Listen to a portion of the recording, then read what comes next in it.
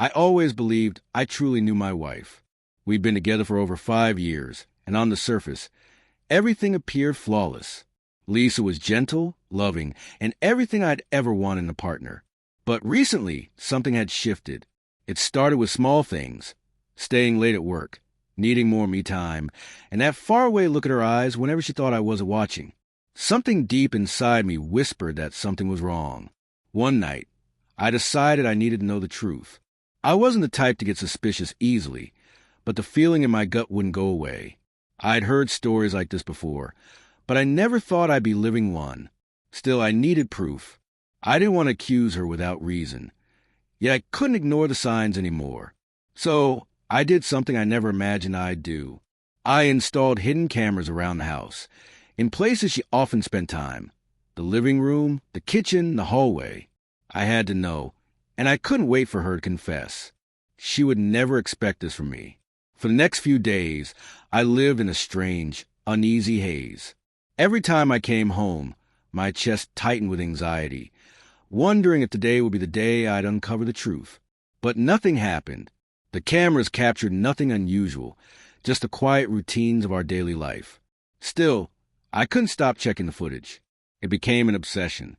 Then, one Friday evening, everything changed. As I went through the recordings, something on the screen made my blood run cold. There, in the corner of the living room, Lisa sat laughing and talking with a man I didn't recognize. My stomach dropped. He was sitting far too close to her. The way they spoke, the way they looked at each other, it was intimate, unmistakably wrong. I told myself maybe I was overreacting. Maybe it was innocent. I replayed the clip over and over, tried to find another explanation, but there was none. Around 9 p.m., the man got up to leave. Before he walked out, he kissed her on the cheek. Lisa lingered by the door for a moment, watching him go before she finally shut it. The knot in my chest twisted even tighter. I had to confront her, though part of me dreaded what would follow. I spent hours pacing the room, rehearsing what I would say, trying to find the right words. How do you tell someone you caught them betraying you? When Lisa came home that night, she was her usual self, smiling, warm, pretending everything was fine. She kissed my cheek and asked how my day was. I just stared at her, feeling like I was trapped in someone else's life. How could she act so normal after what I'd seen? Finally, I couldn't hold it in any longer. "I need to talk to you," I said. She frowned, confused. "What's wrong?" I took a breath, my voice shaking but firm. "I know what you've been doing." Her face went pale. "What are you talking about?" "I know about the man, the one you were with last night," I said flatly. My heart was pounding so hard it hurt. For a moment, she froze. Her lips parted, as if she wanted to speak, but couldn't. I saw the guilt written all over her face. "Save it," I interrupted. "I saw the footage, Lisa. The cameras." Her cheeks flushed with shame. Panic flickered in her eyes.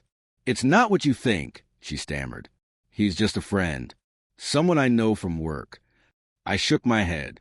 "A friend doesn't kiss you goodbye at the door." She didn't respond. She couldn't. The silence between us said everything. That was when I realized she wasn't even sorry. She was just caught. The emotions I'd been bottling up, confusion, anger, heartbreak, all crashed down at once. "I don't know what to say," she whispered, trembling. "You don't have to say anything," I replied, my voice strangely calm. "I already know everything."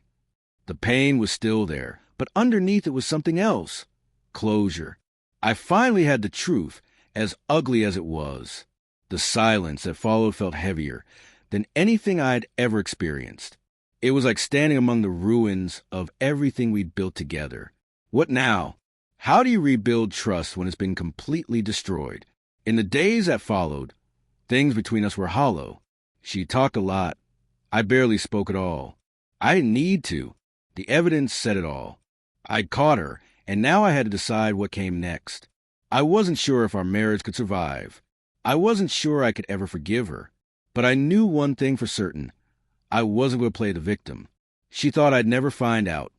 Thought she could deceive me forever. But now I held the truth, and with it, control over my own story. I refused to stay in a relationship built on lies. It wasn't an easy choice, but eventually I made it. I walked away. The cameras had shown me the truth, and that truth set me free.